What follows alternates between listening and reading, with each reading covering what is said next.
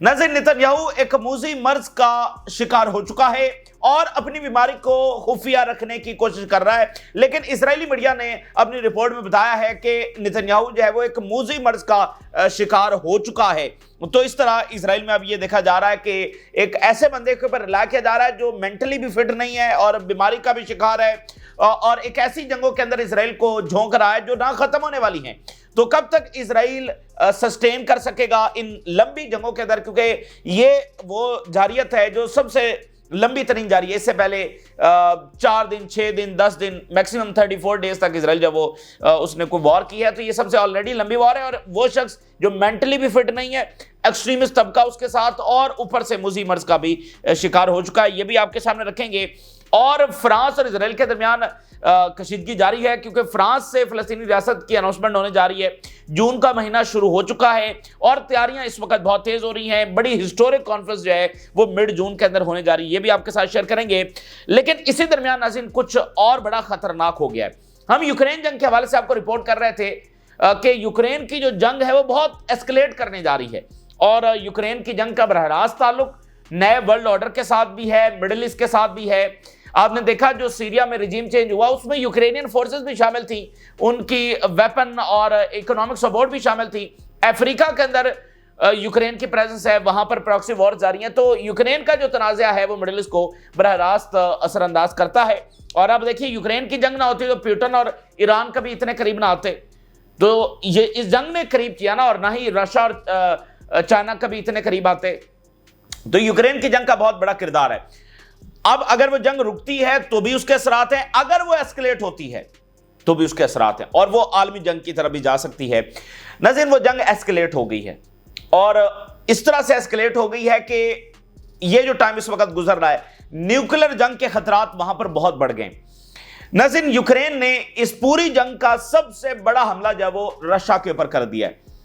Russia की deep inside bases जो है वो उनको हिट कर दिया है 3000 किलोमीटर, और उससे अगली बात यह है कि 7000 किलोमीटर डीप इनसाइड रशिया के यूक्रेनी ड्रोन्स ने जाकर अटैक कर दिया। यानी यूक्रेन जो है वो यही चल रहा था ना, बाइडेन के आखिरी टाइम में भी यही मसला था कि ये डीप इनसाइड रशिया हिट करने जा रहे थे और मिसाइल मांग रहे थे। अब उनके पास कुछ ऐसे ड्रोन्स आए हैं कि उन्होंने 3000 से लेकर 7000 अंदर रशिया के जाकर हिट कर दिया है, और रशिया की सिक्योर तरीन जो बेसेस हैं और उनके कीमती तरीन जो बॉम्बर्स हैं उनको हिट कर दिया है। बताया जा रहा है कि कम से कम 40 एयरक्राफ्ट्स रशिया के उनकी बेसेस के ऊपर जो खड़े हुए थे वो हिट हो गए।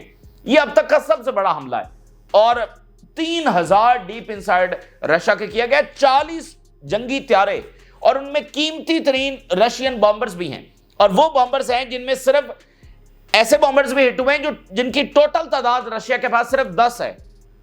इतने आप कह लें कि वो कीमती हैं, इतनी ज्यादा उनकी अहमियत है, इतने वो महंगे हैं कि रशिया के पास टोटल वो 10 के करीब है बॉम्बर्स। उनको भी यूक्रेनी ड्रोन्स ने जाकर एक्यूरेसी के साथ हिट कर दिया है। तो ये मामला वहां पर बहुत खराब हो गया है, और साथ यूक्रेन की जानब से कुछ ऐसे हमले भी करवाए गए हैं कि जिसमें जो पैसेंजर ट्रेन है, सिविलियन की ट्रेन है, उनके ऊपर भी बॉम्बिंग अटैक्स करवाए गए। और इसके साथ पोलैंड ने अपना जो बॉर्डर है वहां पर खंदकें खोदना जो है वो शुरू कर दी हैं। और साथ बरतानिया से खबर यह आ रही है कि बरतानिया ने अमेरिका से वो जेट्स लेने का अनाउंस किया है जो न्यूक्लियर फायर कर सकें, टैक्टिकल न्यूक्लियर मिसाइल जो फायर कर सकें, कैरी कर सकें, वो जेट्स खरीदने की तैयारी लंदन ने पकड़ ली है। और साथ बरतानिया ने अनाउंस किया है कि वो मजीद असलहा फैक्ट्रीज लगाने जा रहा है। पूरे यूरोप के अंदर ये फिनोमेना देखा जा रहा है जो असलहा फैक्ट्रीज वहां पर लग रही हैं। तो ये सारा किस चीज की तैयारी हो रही है साथ, और ये यूक्रेन का बहुत बड़ा हमला रशिया के ऊपर हो गया है। और सारी बात है, अब रशिया से बहुत बड़ा अटैक यूक्रेन के ऊपर होने जा रहा है। और डीप इनसाइड अगर यूक्रेन जा चुका है और पीछे से जाहिर बात है ये ड्रोन्स आए हैं तो उन्होंने हिट किए हैं, और अगर मजीद मिसाइल भी मिलने जा रहे हैं तो फिर बहुत ज्यादा खतरात हैं कि रशिया जवाब में न्यूक्लियर इस्तेमाल करेगा, क्योंकि कन्वेंशनल तरीके से वो कैसे लड़ेगा यूक्रेन से। इतने यहां से अब यूक्रेन ड्रोन्स फायर कर रहा है कि वो रोके नहीं जा रहे हैं, और वो रुक भी नहीं सकते हैं। तो रशिया क्या ये कबूल करता रहेगा कि उनकी बेसेस हिट हो, उनका पूरा निजाम दरम बरम हो जाए? ये तो रशिया किसी तौर पर अफोर्ड नहीं कर सकता। तो ये जंग जो है वो बड़े खतरनाक उस डायरेक्शन के अंदर जो है वो चली गई। हालांकि ट्रंप ने ये अनाउंस किया था, सारा इलेक्शन उसने मिडिल ईस्ट और यूक्रेन की जंग के ऊपर लड़ा है और साथ इमिग्रेशन के ऊपर लड़ा है। और यूक्रेन की जंग तेज हो गई और मिडिल ईस्ट की जंग भी आपके सामने है। और कितने अफसोसनाक वाकयात जो है वो इस वक्त गजा के अंदर हो रहे हैं, ये तमाम सूरत हाल आपके साथ शेयर करते हैं। नाज़रीन, कल से जो अरब और इजरायली हैं इनकी आपस में टेंशन बहुत आई हैं। देखिए, मिडिल ईस्ट की जो कंट्रीज हैं ये इजराइल के इत्तेहादी हैं, इसमें कोई अब दूसरी बात नहीं है। पिछले कई सालों से इनका इत्तेहाद जो है वो कायम हो चुका है, जॉर्डन और इजिप्ट का पिछली कई दहाइयों से, और बाकी कुछ दिगर मालिक जो हैं उनका पिछले कुछ सालों से है, अच्छे ताल्लुकात हैं, एक इत्तेहाद है। और मिडिल ईस्ट कैसे चलेगा इस पर उनका कंसेंसस है, और वो ये है कि ईरान को कन्फ्रंट करना है, रेजिस्टेंस के खिलाफ इनको खत्म करना, ये उनका एक कंसेंसस है, और आपस में मिलकर टेक्नोलॉजी, इकोनॉमी, इसके ऊपर आगे चलना है। लेकिन अब वो उस तरह से तो मामला चलता हुआ नजर नहीं आ रहा जो इनका एक लेकिन अब उस तरह से तो मामला चलता हुआ नजर नहीं आ रहा, और खासकर कल से इनके दरमियान आपस में टेंशंस बहुत बढ़ गई हैं।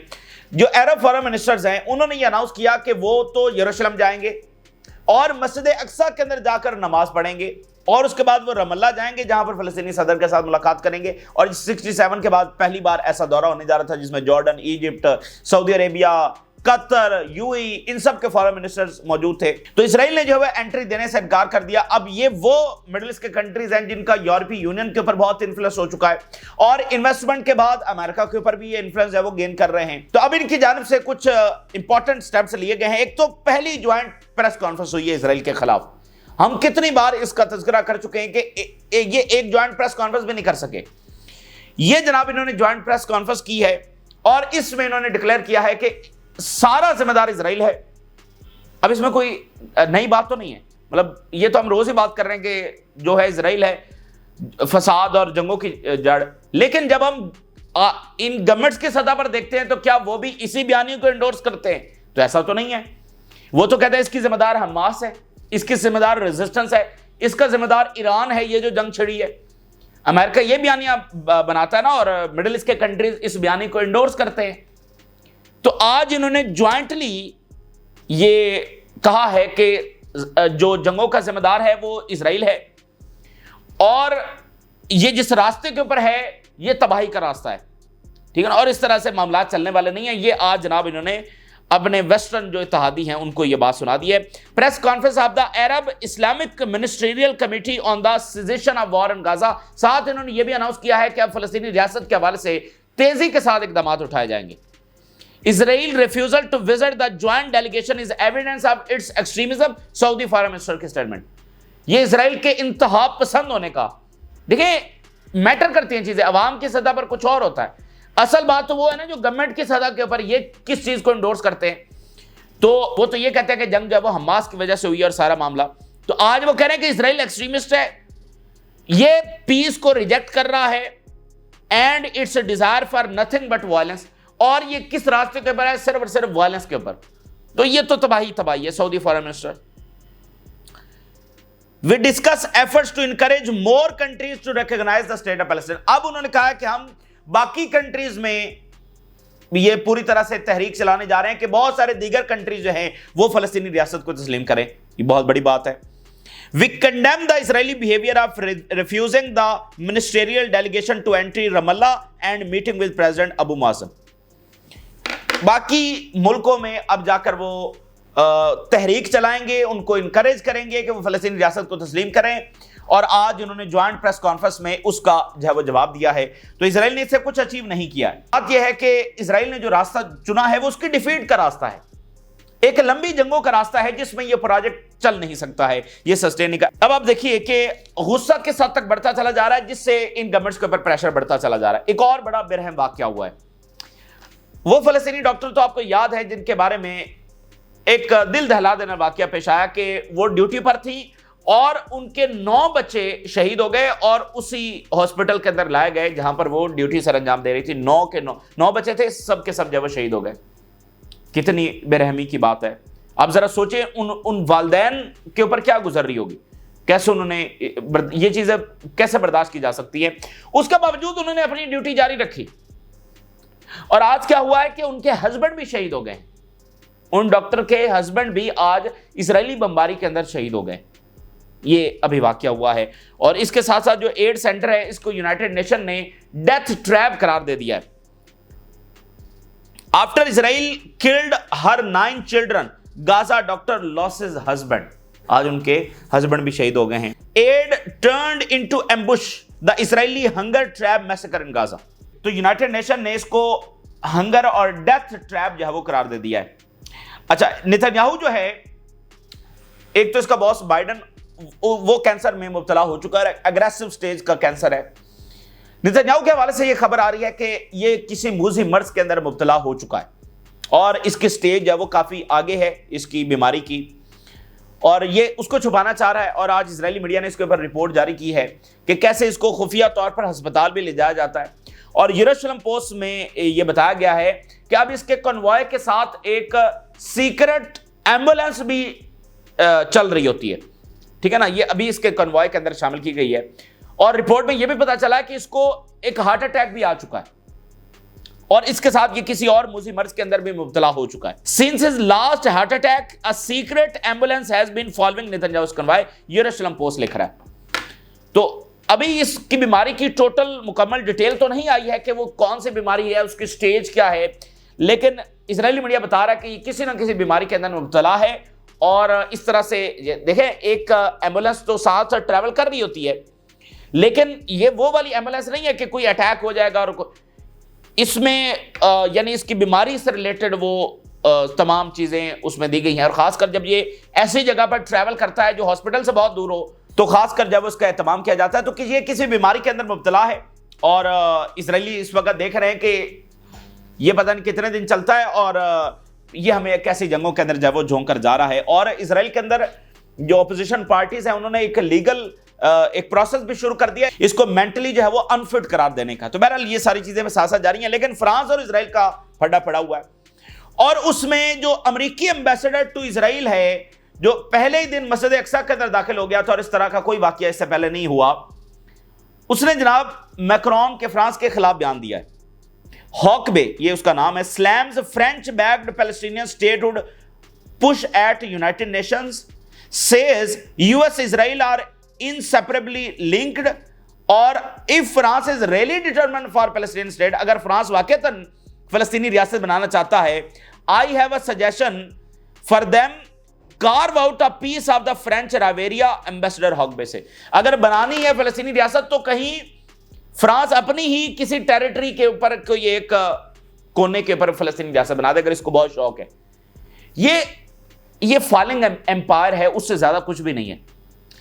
अब आप देखिए कि ये अमेरिकी एम्बेसडर है इजराइल में, इसका काम इजराइल के डिफेंड करना है या अमेरिका को डिफेंड करना है, यानी देखें ना प्रोफेशनलिज्म में चीजें मैटर करती हैं।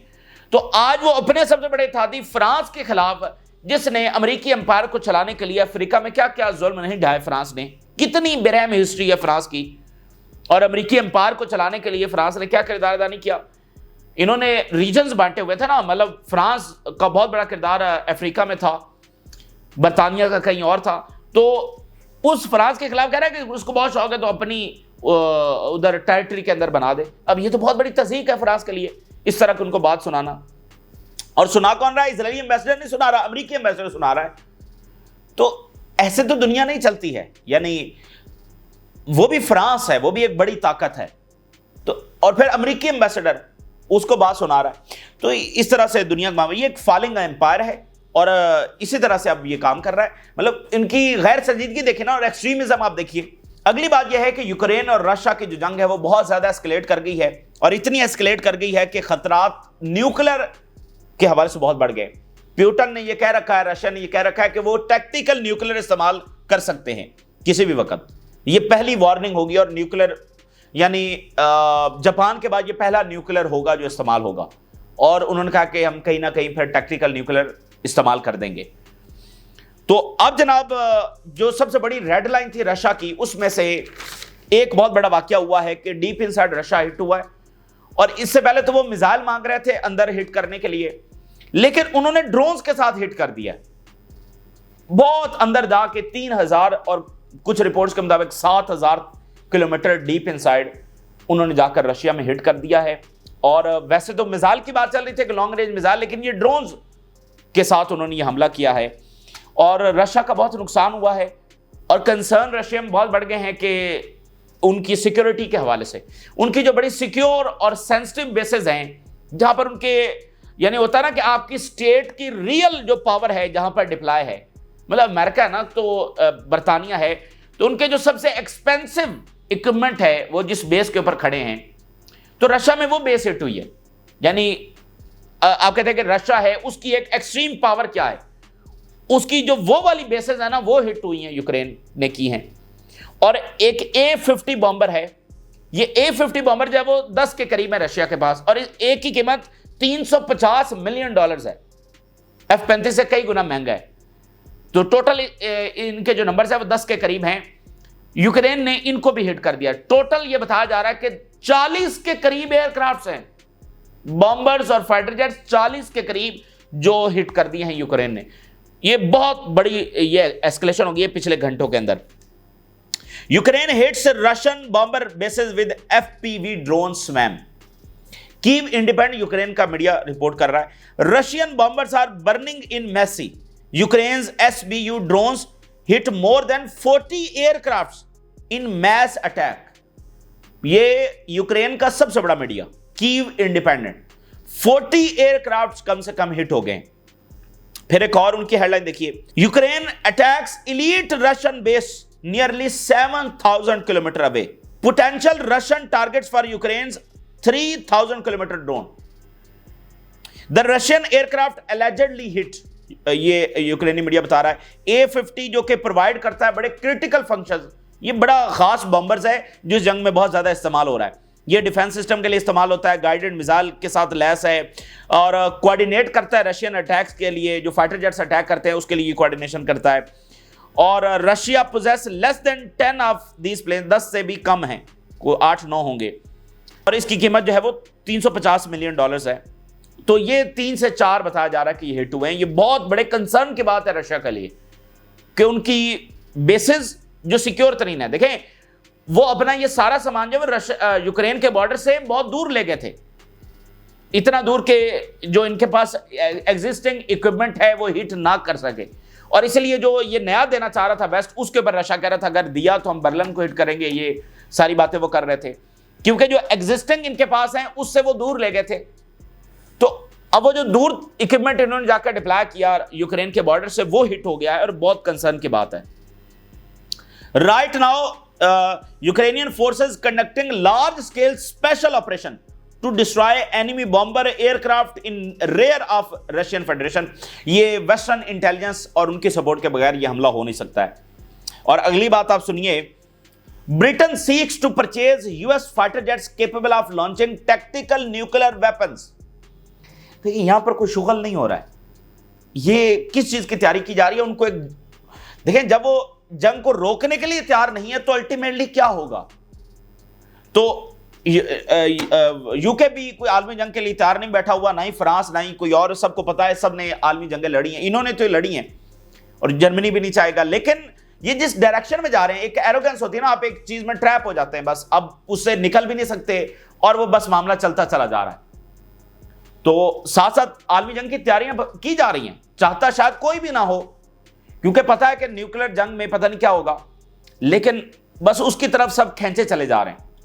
तो न्यूक्लियर आज तक तो जरूरत नहीं पड़ी, आज बरतानिया मांग रहा है, तैयारी कर रहा है टैक्टिकल न्यूक्लियर वेपन फायर करने के लिए, वो फाइटर जेट्स चाह रहे हैं। और फिर उन्होंने कहा कि 6 असलहा फैक्ट्री ये लगाने जा रहे हैं और बाकी यूरोपियन कंट्रीज में, लेकिन ये बरतानिया खासतौर पर उन्होंने अनाउंस कर दिया है 6 असलहा फैक्ट्रीज वो लगाने जा रहे हैं। And Poland preparing to build bunkers trenches along borders with Russia and Belarus. Fortress Poland country begins construction of 1.9 billion pound east shield lining its borders with Russia and Belarus with anti-tank fortifications, artificial intelligence powered surveillance and anti-drone systems. Poland is actively building trenches and anti-tank defense lines near the border with the. There are also reports of local residents being evacuated from border areas. ये सब जंग की तैयारियां हैं, और अगर ये जंग नहीं रुकती तो आने वाले महीनों के अंदर ये किसी भी वक्त आलमी जंग में, देखिए आप उस जगह के ऊपर चले गए हैं कि मतलब रशिया वार्निंग दे चुका है न्यूक्लियर की, उसके बाद उन्होंने इस्तेमाल ही करना है ना। वार्निंग तो आ चुकी है और शदीद तरीन वार्निंग आ चुकी है, और रशिया कभी भी ये करना नहीं चाहता। लेकिन जब वेस्ट नहीं तैयार, और अब वो असलहा प्रोड्यूस करने की बात कर रहे हैं, फाइटर जेट्स खरीद रहे हैं, न्यूक्लियर फायर करने की बात कर रहे हैं, वो कैपेबिलिटीज डेवलप कर रहे हैं, तो ये मामला वहां पर बड़ा खराब हो रहा है। ये ताज़ा तरीन सूरत हाल है जो आपके साथ शेयर की। आपने 250 लगा करें। इजाज़त दीजिए, अल्लाह हाफिज़।